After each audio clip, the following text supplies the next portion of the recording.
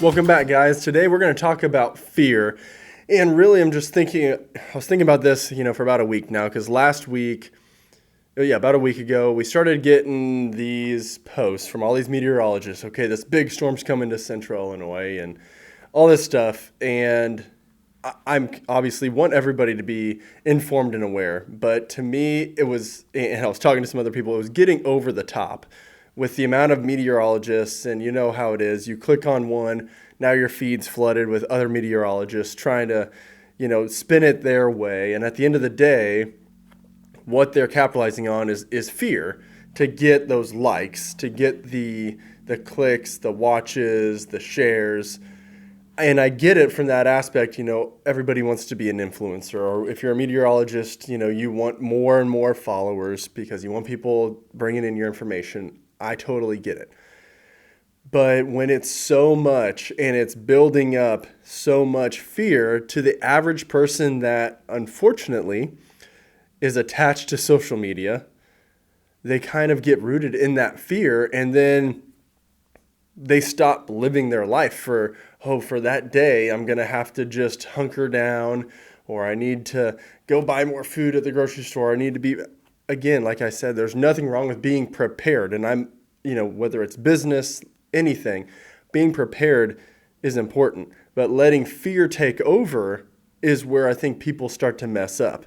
We had with this situation, and then, of course, the day before the storm, finally a meteorologist pops up on my feed that says, yes, you need to take precautions. Yes, you need to be aware that there's a chance of a big storm with tornadoes that could come. But keep in mind, you have a 0.01% chance a tornado is going to hit your house tomorrow. Continue to live your life. Just take precautions. But at the end of the day, if you're at home, how far away are you from your basement or your safe space? 30 seconds? 60 seconds tops? Continue to live your life and just take the proper precautions. And I really liked that post after all the other meteorologists that are just building up this fear. And then you have one that's realistic. You have literally a 0.01% chance a tornado is going to hit your house. Yes, take precautions, but here you go. So I really liked that. And it just had me thinking about how this applies to life and business in general. And, with that situation last week, that fear, we even had an employee that chose not to work because they were afraid of what was coming, what they're saying is coming. And in our area of the threat, we hardly got anything.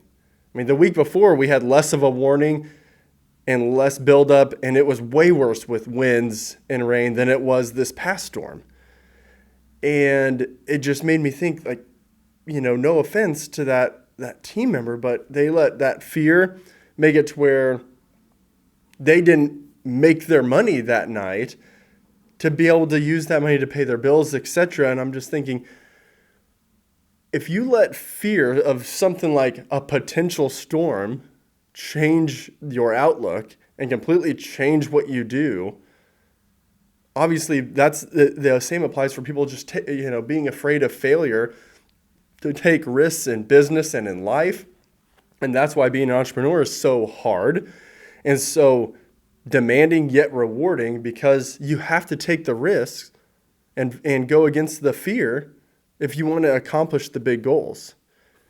And with that situation in particular, Hill just like, hey, I'll work it, no big deal.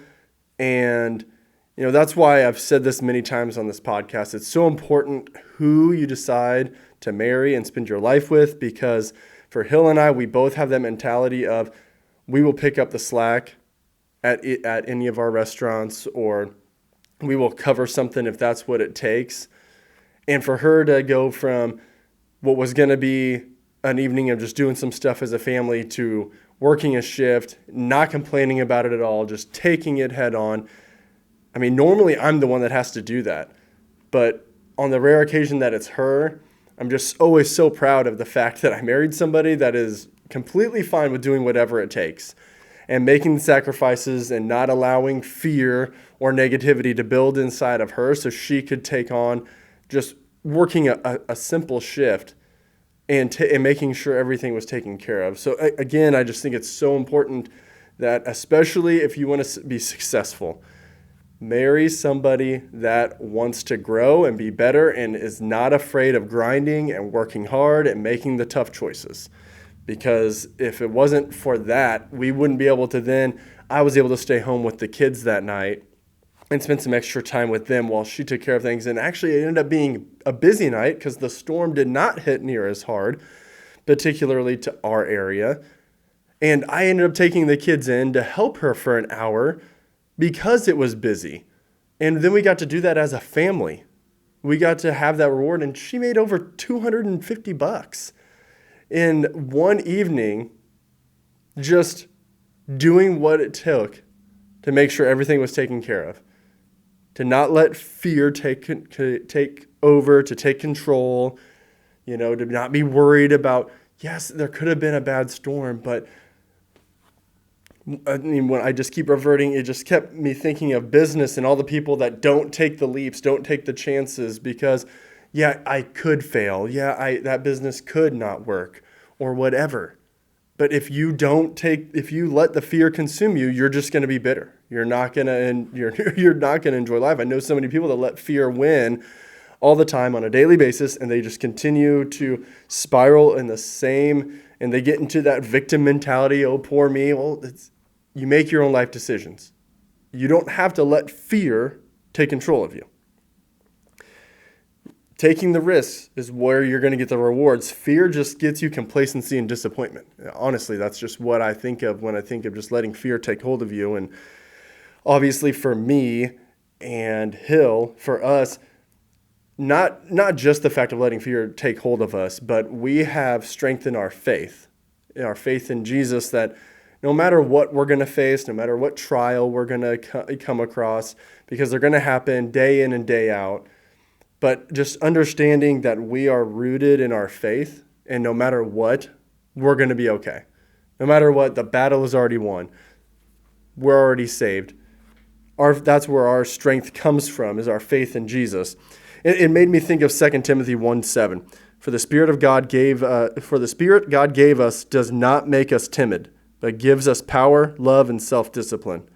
So when you are taking in the Holy Spirit, and that is what is guiding you, fear is not what's controlling you. The negativity is not what is controlling you.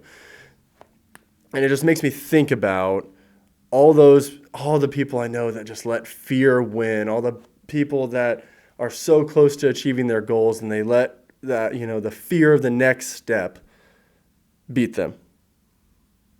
And I think of myself, if I let fear control me over the last almost 14 years since we've opened the Marilla store, where would I be if I let fear control me, as opposed to leaning into my faith and taking risks and knowing knowing it's going to be hard, but the risk is worth that reward down the road. And just being intentional about that, and knowing that, Hill and I could have stopped taking risks years ago and just coasted into the sunset. But that would have been a life not fulfilling to us. That would have been a life not fulfilling to what God has called us to do, which is build up other people, build up businesses, continue to grow and serve Him and further His kingdom with the businesses that He is blessing us with, and just keeping all of that in perspective. So that way we can continue to grow in our faith, continue to grow our family. But fear is honestly just being used against us everywhere. And it's not just business, it could be relationships. I mean, I can think back just to something as simple as, if I didn't have the courage to go up and talk to Hill years ago, and we weren't together now because I let the fear of rejection get a hold of me or something. What?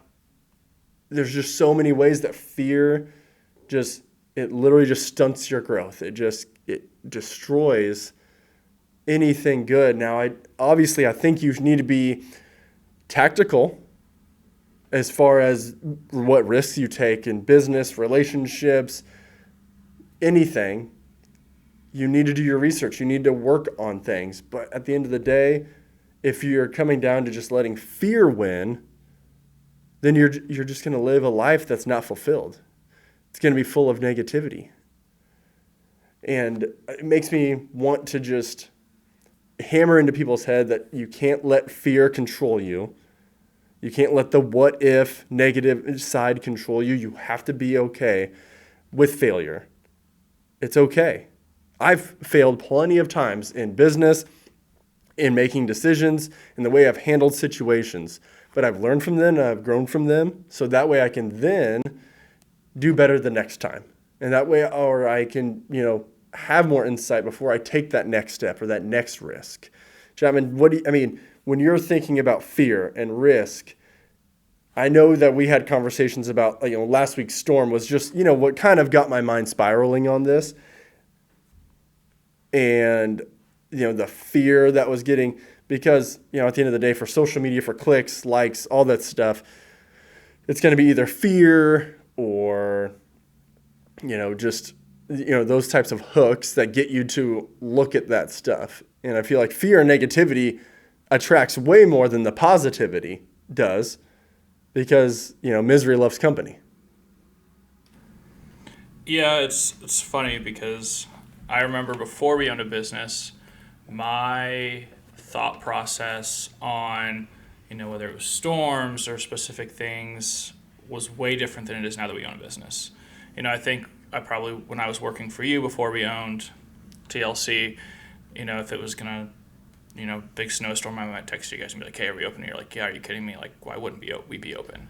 And now I get similar texts, from my staff and, I think of it now how you thought of it. Like, well, of course we are. Like, there's nothing on the ground yet. Like, things like that. And sure, we make adjustments, right? Yeah. We've closed early before. Yeah. We've not opened until later in the day before because of weather. But imagine running a business on pure what ifs. Well, and that kind of goes to my next point too. Is last Wednesday, it's noon. The storms aren't supposed to start for 4 or 5 hours. And there's already people closing their inside businesses. Yeah, I get the ones that, we're shop outside or whatever, and get that, whatever. But the people that were closing their inside businesses before they even opened for the evening was one, I think we texted about it and we're like, why? And it's a big thing for Hill and I has always been we want people to consistently count on us to be open the hours we say we're open. Obviously, there are extremes that we have made adjustments because of things. But at the end of the day, I don't think there's anything that would piss me off more as a customer if I drove to a place of business that claims they're going to be open and they're not open and they justify it because they put it on Facebook. Well, yeah, everybody has social media. They think that Facebook or social media is their literally, I get to tell everybody if my hours change. That's not how it works.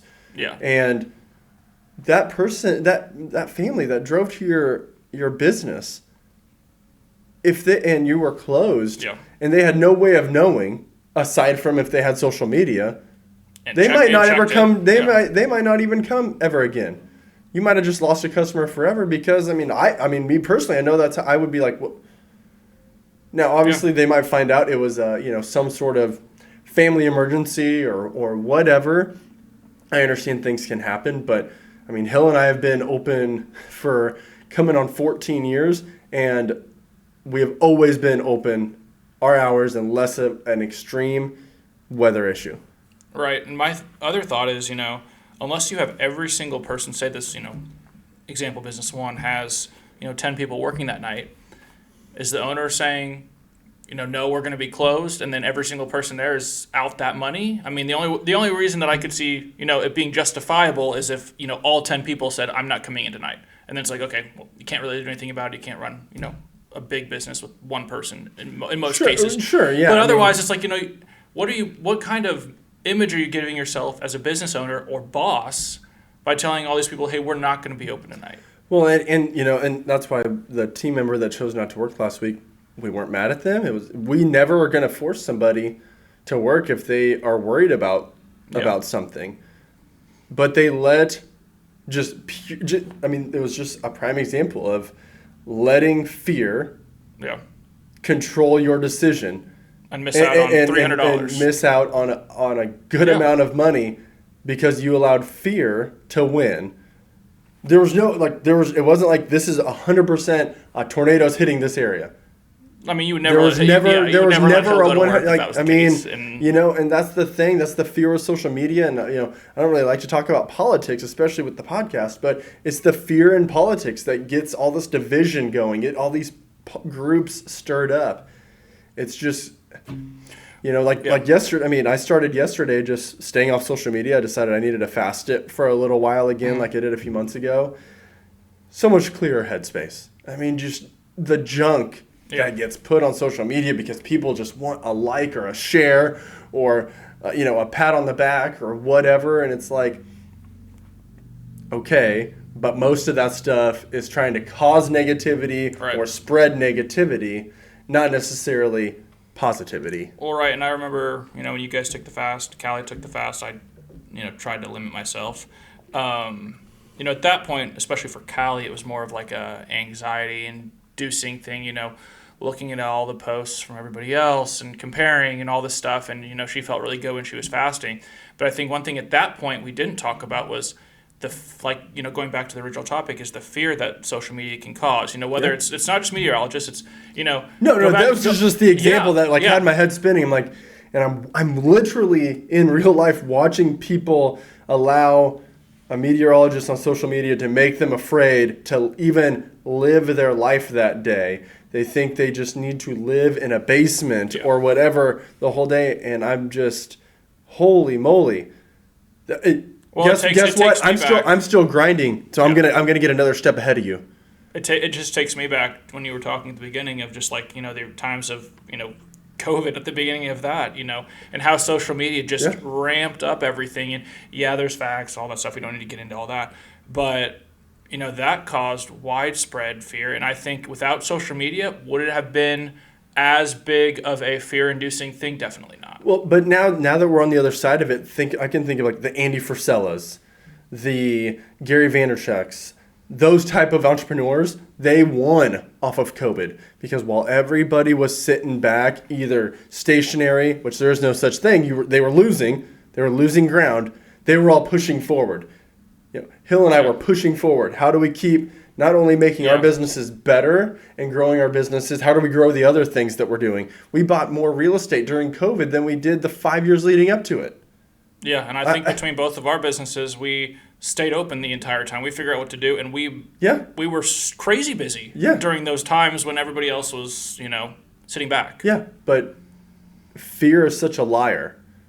And fear is just one of the tools that the enemy uses to try and get us to stop making progress, to stop doing good, because using that fear to get you to stop is how you stop doing God's work, how you stop doing the things you are called to do to spread the gospel in your own way. Whether it's with the coffee shop or the trailer or the restaurant, the pizza restaurants or the gym, whatever it may be. Mm-hmm. Fear is what he uses to try and get you derailed, and it's just unfortunate because I just see it all the time. I mean, and just like I said, last week is just the prime example of something. Yep. And obviously, I feel bad for the people that did get hit by the bad weather. Obviously, not far from here. A half an hour drive south. They did get hit by a tornado and stuff happened. So that's why I'm wanting to be sympathetic in the fact that, we were even taking precautions. We were prepared to have to close if the weather did get like that. Yeah. But to sit there and say, oh, well, because there's a chance. In 6 hours. Yeah. Well, guess what? Yeah. There's a chance I could get in a car accident on the drive home today. Does that mean I shouldn't be trying to open a gym, or I shouldn't be trying to make my restaurant better? I shouldn't be trying to help the people that I know that are trying to grow in their lives? Of course not. But once again, when you're flooded with the fear, for example, if you weren't on social media at all the 2 days leading up to the storm, you're handling it like a normal thunderstorm in the Midwest. Because it's the Midwest. We get thunderstorms. Yeah. That's what happens. I mean, this isn't rocket science. When it's warm and cold air mixing, you know there's a chance of a tornado. You know to be alert. You can see the weather rolling in and the sky getting darker. But when you have days, and it's the same with snowstorms. We've talked about this in the past, Oh gosh, Snowmageddon's coming. We're going to be snowed in for 2 or 3 days. I've never been snowed in once in my life. I mean, I'm 36. I've never been snowed in once. Right. I mean, somebody made a joke when we were talking about it the other day. The day of, just when I texted our manager and said, hey, we're going to stay alert. We're going to stay on top of whatever this weather might do, and we'll make appropriate calls as it comes. And one of them said, well, I'm pretty sure this is the 4th time this year that the meteorologist said the world's going to end. So we'll take it with a grain of salt. I'm like, yeah, exactly. Yeah. I mean, we got to take it with a grain of salt of, yes, it could happen. We will be prepared to make the appropriate calls if it does. But statistically speaking, there's a 0.01% chance that tornado is going to hit our house. Right. Yeah, and what I've done lately, and I'm still kind of doing as I fish through, and I would, advise anybody else to try to do it, is, go through your feeds and figure out, is this page that I'm following helping me? Like, is it really helping me? Yes, I still follow, one meteorologist who is, I just find a lot of his stuff that he posts fascinating, not necessarily all the warnings, but some of the other stuff. I like weather. I grew up liking it. But, I unfollowed a lot of other pages because they weren't helping me as far as, whether it was anxiety or building up fear or, whether it was news. I think I unfollowed almost all news stations that I followed because I'm like, if it's something that I need to know, it'll get to me. And because randomly it'll still pop up. Yeah. But if you click the hide, don't show me things similar to this, if you do it over and over, it does get better. Yeah. I mean, for me, to the point of, I don't see hardly any of it. And it's not because I don't want to be informed. It's because it's always spun in a fearing or negative manner. So I just don't need to see that consistently. Well, right. And my last, and, what I used to think was, oh, well, I'm going to miss out on this, and this. Or what if I don't know if this is happening? I'll find out. Like, we have so many people. Oh my gosh! Your dad. Even with if we didn't have social media, he'd let us know. Even with sports. Oh yeah. I want to know when that trade happens. You're gonna find out. Guess what? It doesn't affect your life at all. Yeah. Wouldn't affect your life one bit if Patrick Mahomes got traded tomorrow. Yeah. To to whoever. I'm gonna be sad. You'd be sad, but your life would go on. You don't need to be the first one to know. My decisions tonight or tomorrow morning will not be different because of something like that happening. And exactly. I think that's what a lot of people get scared about when they're like, oh, well, I can't stop social media for something. And it's like, you can. It's not. You can. 99.9% of the stuff on there is not affecting you. It feels so good. When I did that 21-day fast in the spring, and now I'm only on day 2. I just decided I need to take a break. I've got a few habits I'm trying to do better with, so I wanted to start with what I thought would be the hardest one, as far as just the habit of grabbing my phone and doing that. And I'm on day 2, and I already feel better about my mental clarity and not worried about what all that extra noise is. And again, because a lot of it is fear driven, because that's what gets a lot of conversations going, negativity and fear. How many people want to talk bad about a restaurant as opposed to praise a restaurant that Yep. Or any business for that matter. It's so much easier to speak negatively than it is positively. And I catch myself doing that sometimes, like, whoa, I'm trying to get rid of that. Because I'm trying to be a better leader. I'm trying to be a better example to those around me. Especially as a Christian man, I mean, I need to not be the one spewing out the garbage. No, exactly. So what would, I guess, wrap everything up, what would be kind of your last point? I kind of, gave my advice when it comes to social media, but, whether it's fear itself or social media or all of it, what was I mean, for me, the main thing is a couple main things. If you have no foundation, fear's always going to win. For me, my foundation is in Jesus. If you have zero foundation, if you have nothing to lean back on at the end of the day, then fear's always going to win for you. It's going to beat you down no matter what. But as you're facing these fears and decisions, just make sure you're intentional about not allowing it to beat you. If it's you need to make a decision, that a different decision than you originally thought, because that's what's best for the scenario, that's great, that's fine. But purely letting negativity and fear bog you down to the point where you can't even live your life. You can't be productive. You can't be the person you want to be and be growing, then you need to make sure you're intentionally working on ways that you can break away from that fear. And for me, that's all about my faith. For somebody else, it might be something different. That's fine. As long as you have something that you can lean into. And I caution, it can't be someone like a friend or something. That's great to have the people you can talk to, the people you can rely on. Obviously, Hill and I talk about all of our situations and all of our fears. But at the end of the day, we take comfort knowing that God's in control and that He's going to lead us. And as long as our intentions are pure and we are wanting to just further His kingdom and be the best husband and wife we can be, to be the best parents we can be, to be the best leaders we can be, we know that God's got it all and He will take care of it.